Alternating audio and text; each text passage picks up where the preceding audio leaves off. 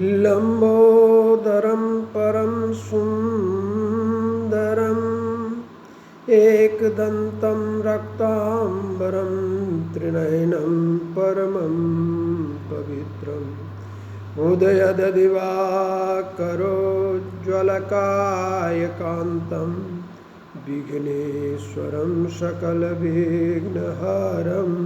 नमामि। सच्चिदानन्दरूपाय विश्वोत्पत्त्यादिहेतवे तापत्रय विनाशाय श्रीकृष्णाय वयं नमः। नारायणं नमस्कृत्य नरं चैव नरोत्तमं देवीं सरस्वतीं व्यासं ततो जयमुदीरये। गुरुर्ब्रह्मा गुरुर्विष्णुः गुरुर्देवो महेश्वरः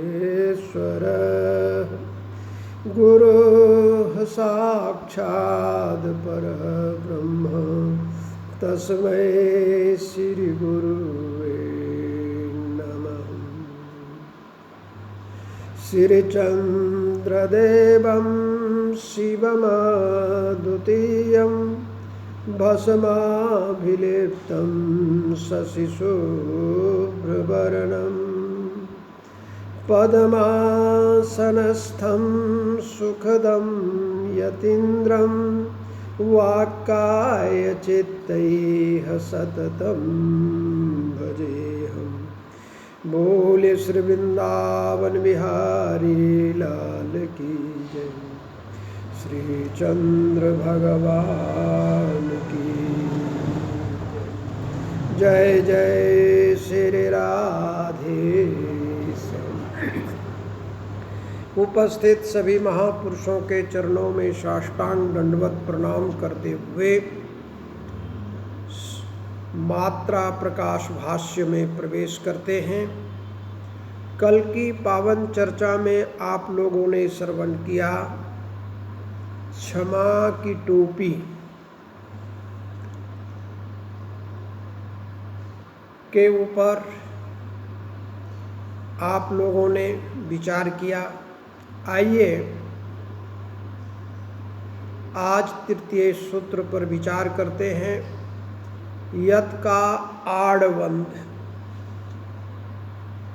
यत यानी प्रयत्न प्रयास, ये प्रयास ही आड़बंध है।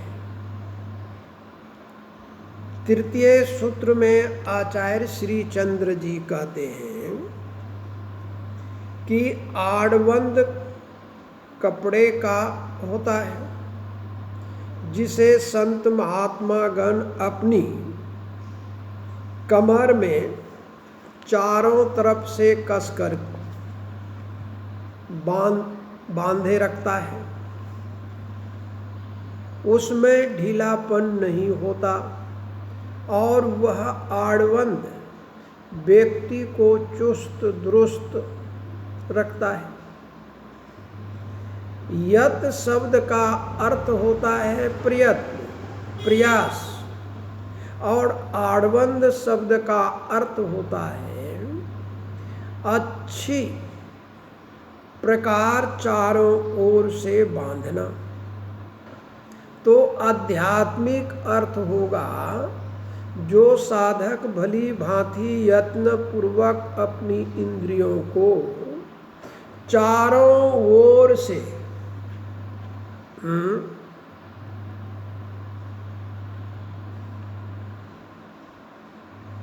नियंत्रण में रखता है, उसे संयमी कहा जाता है। और वह संयम ही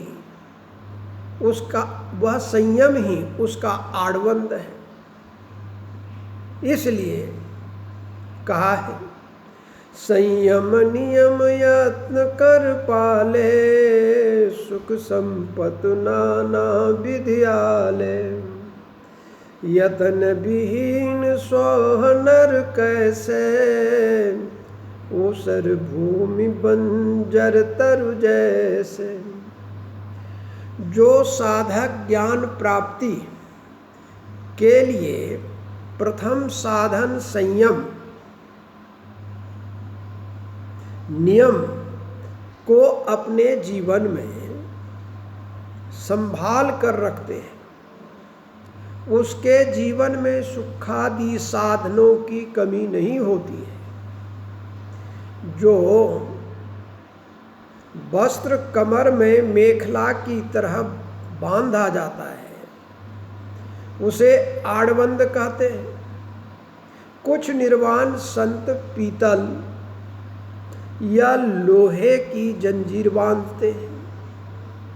जैसे ताड़ आदि के पेड़ पर चढ़ते समय वस्त्र से कमर कस लेते हैं तब पेड़ पर चढ़ते हैं, वैसे ही लक्ष्य प्राप्ति के लिए साधक अपने कमर में मेखला आड़बंद कस कर बांधते हैं, तब कहीं वह सफल होते हैं। किंतु प्रयासहीन साधना व्यर्थ हो जाती है। जैसे ऊसर भूमि में पेड़ नहीं उगता है, वैसे ही पुरुषार्थहीन साधक की साधना व्यर्थ हो जाती है।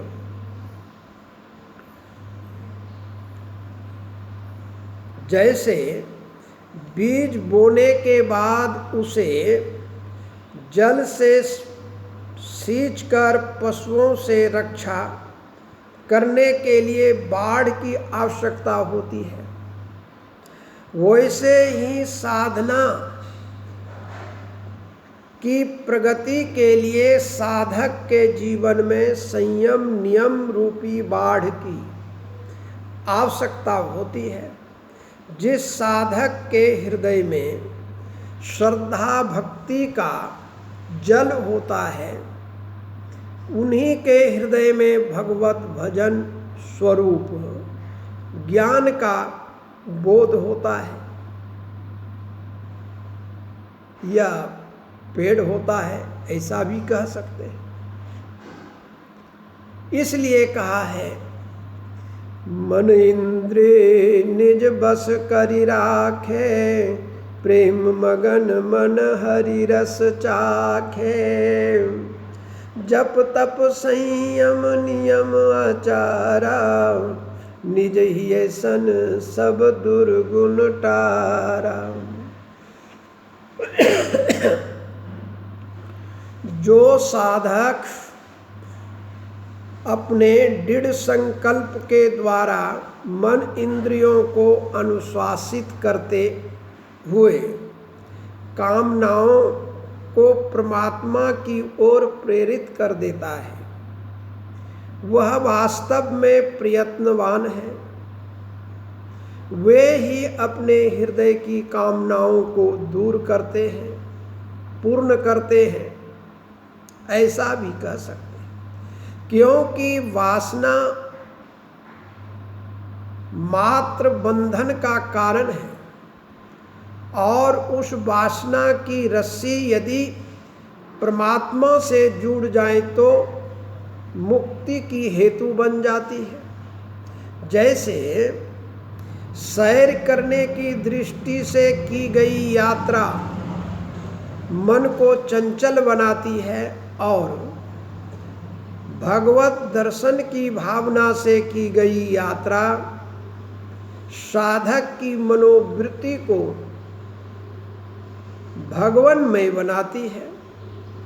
तब वह साधक ब्रह्मानंद को प्राप्त करता है। जब संयम नियम आदि क्रिया कामना पूर्ति के लिए की जाती है, तब वह वासना कहलाती है। यही क्रिया यदि प्रभु प्राप्ति के लिए हो तो साधना कहलाती है और साधक अपनी साधना के द्वारा हृदय के सभी दुर्गुणों को दूर कर देता है, स्वच्छ हो जाता है, निर्मल हो जाता है, तब कहीं वह अपने गंतव्य को, अपने लक्ष्य को प्राप्त कर सकता है। पुनि पुनि यतन करे जो कोई, सुख शांति हरि तेहि उर पोई। जो साधक बारंबार संयम नियम का प्रयत्न पूर्वक पालन करते हैं, उसी के हृदय में परमात्मा सुख शांति एवं परम तत्व का स्वरूप ज्ञान पिरोते हैं।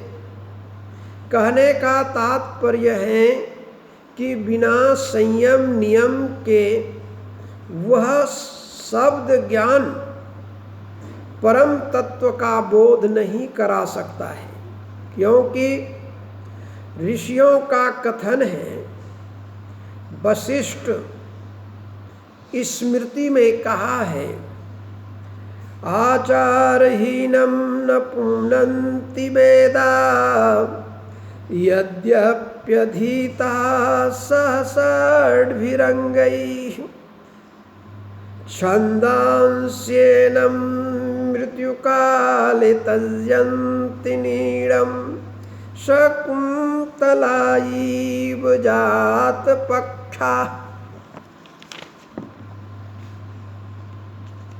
शिक्षा, कल्प, निरुक्त, छंद, व्याकरण और ज्योतिष, इन 6 अंगों सहित अध्ययन किए हुए वेद भी आचारहीन मनुष्य को पवित्र नहीं कर सकते हैं। मृत्यु काल में आचारहीन मनुष्य को वेद वैसे ही छोड़ देते हैं जैसे पंख उगने पर पक्षी अपने घोंसले को छोड़ देते हैं। मनु स्मृति में कहा है, आचारात लभते य आयुर आचारात इप्सिता प्रजाम आचारात धनम अक्षयम आचारो हन्त्यलक्षणम। मनुष्य आचार से आयु को प्राप्त करता है, आचार से अभिलाषित संतान को प्राप्त करता है, आचार से अक्षय धन को प्राप्त करता है और आचार से ही अनिष्ट लक्षण को नष्ट कर देता है। इसलिए मनुष्य को संयमित होकर रहना चाहिए। इस विषय में कठोर उपनिषद में कहा है, न वारितो दुश्चरिता नाम शांतो नामाहितम न शांतमानसो वापि प्रज्ञानेनैनम् अवाप्नुयात्।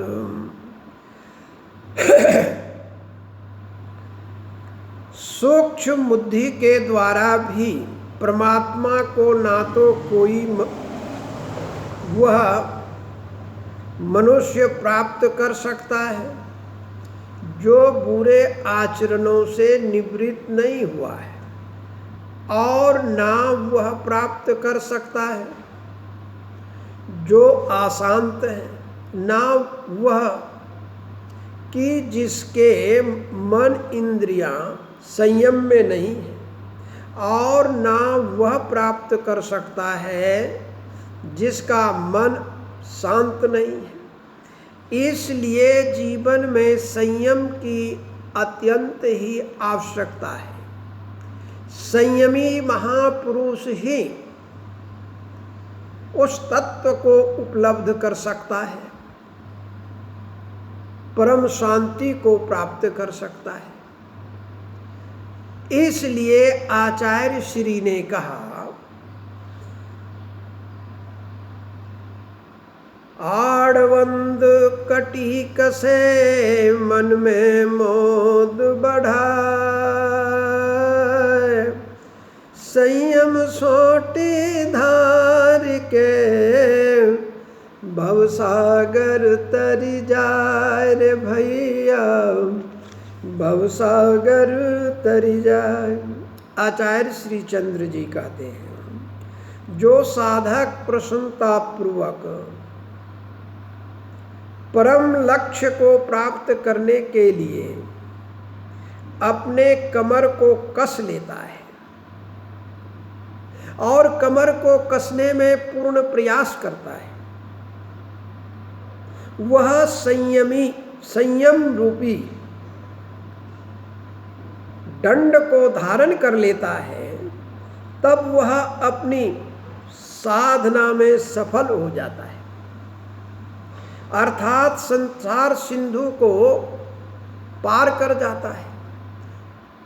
कहने का अभिप्राय है कि जिस साधक के पास प्रयत्न रूपी आड़बंद है, वह साधक परम शांति को प्राप्त करता है, मोक्ष को प्राप्त करता है, इसमें कोई संदेह नहीं है। इस सूत्र के माध्यम से आचार्य श्री ने हम लोगों को संयम और नियम के द्वारा प्रयास पूर्वक प्रयत्न करते रहना चाहिए, अपनी साधना में लगे रहना चाहिए, तो हम परम शांति को प्राप्त कर सकते हैं। इतना ही कहकर मैं अपनी वाणी को यहीं पर विराम देता हूँ। बोलिए सच्चिदानंद भगवान की जय, श्री चंद्र महाराज की जय, पवन सुत हनुमान की जय। जय जय श्री राधे।